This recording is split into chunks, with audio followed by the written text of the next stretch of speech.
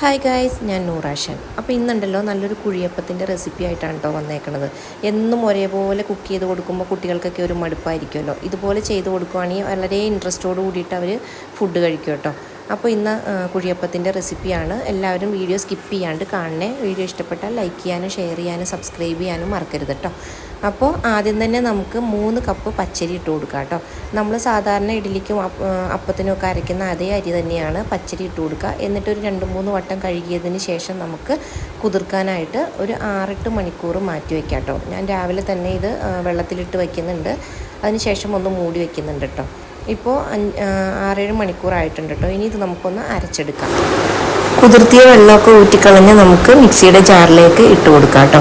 ഇനി നമ്മൾ ഇതിലേക്ക് ചേർത്ത് കൊടുക്കുന്നത് 1 കപ്പ് തേങ്ങ ചിരകിയതാണ് കേട്ടോ. നമ്മൾ കറുത്ത പാട്ടൊന്നും ഇല്ലാതെ വൈറ്റ് മാത്രമായിട്ട് എടുക്കുകയാണെങ്കിൽ നമ്മുടെ അപ്പം നല്ല വൈറ്റായിട്ടിരിക്കും കേട്ടോ.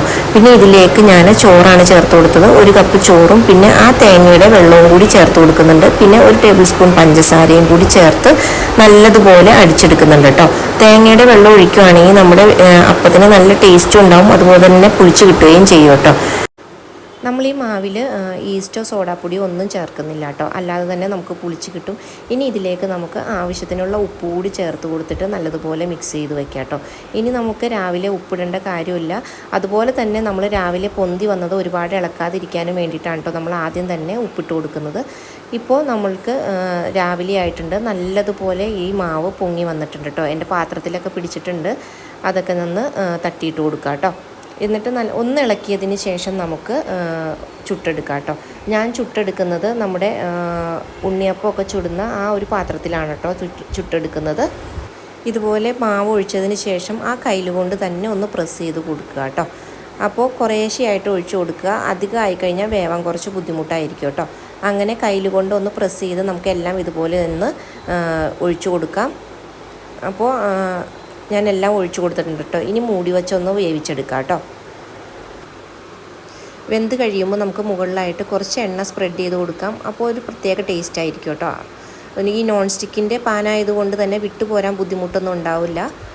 അപ്പോൾ നമ്മുടെ അപ്പം നല്ലതുപോലെ വെന്ത് കിട്ടിയിട്ടുണ്ട് കേട്ടോ. ഇതുപോലെ ബാക്കിയുള്ളതൊക്കെ നമുക്കൊന്ന് ചുട്ടെടുക്കാം. നമ്മൾ കുട്ടികളൊക്കെ ഉള്ള വീടുകളിൽ ഇതുപോലെ ചെയ്ത് കൊടുക്കുകയാണെങ്കിൽ വളരെ ഇൻട്രസ്റ്റോട് കൂടിയിട്ട് അവർ കഴിക്കും കേട്ടോ. ഞാനിവിടെ മോൾക്ക് അങ്ങനെ ചെയ്ത് കൊടുക്കുമ്പോൾ അവൾക്ക് ഭയങ്കര ഇഷ്ടമാണ് കേട്ടോ. ഈ ചെറിയ അപ്പം കാണുമ്പോൾ ഭയങ്കര ഇഷ്ടമാണ്.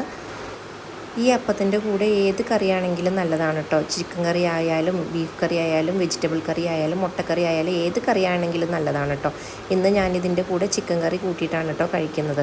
അപ്പോൾ ഇന്നത്തെ വീഡിയോ ഇത്രയേ ഉള്ളൂ. വീഡിയോ ഇഷ്ടപ്പെട്ടാൽ ലൈക്ക് ചെയ്യാനും ഷെയർ ചെയ്യാനും സബ്സ്ക്രൈബ് ചെയ്യാനും മറക്കരുത് കേട്ടോ. ന്യൂ ചാനലാണ്. നിങ്ങളുടെ എല്ലാവരുടെയും സപ്പോർട്ട് ആവശ്യമുണ്ട് കേട്ടോ. അപ്പോൾ ഇനിയും നല്ല റെസിപ്പീസുമായിട്ട്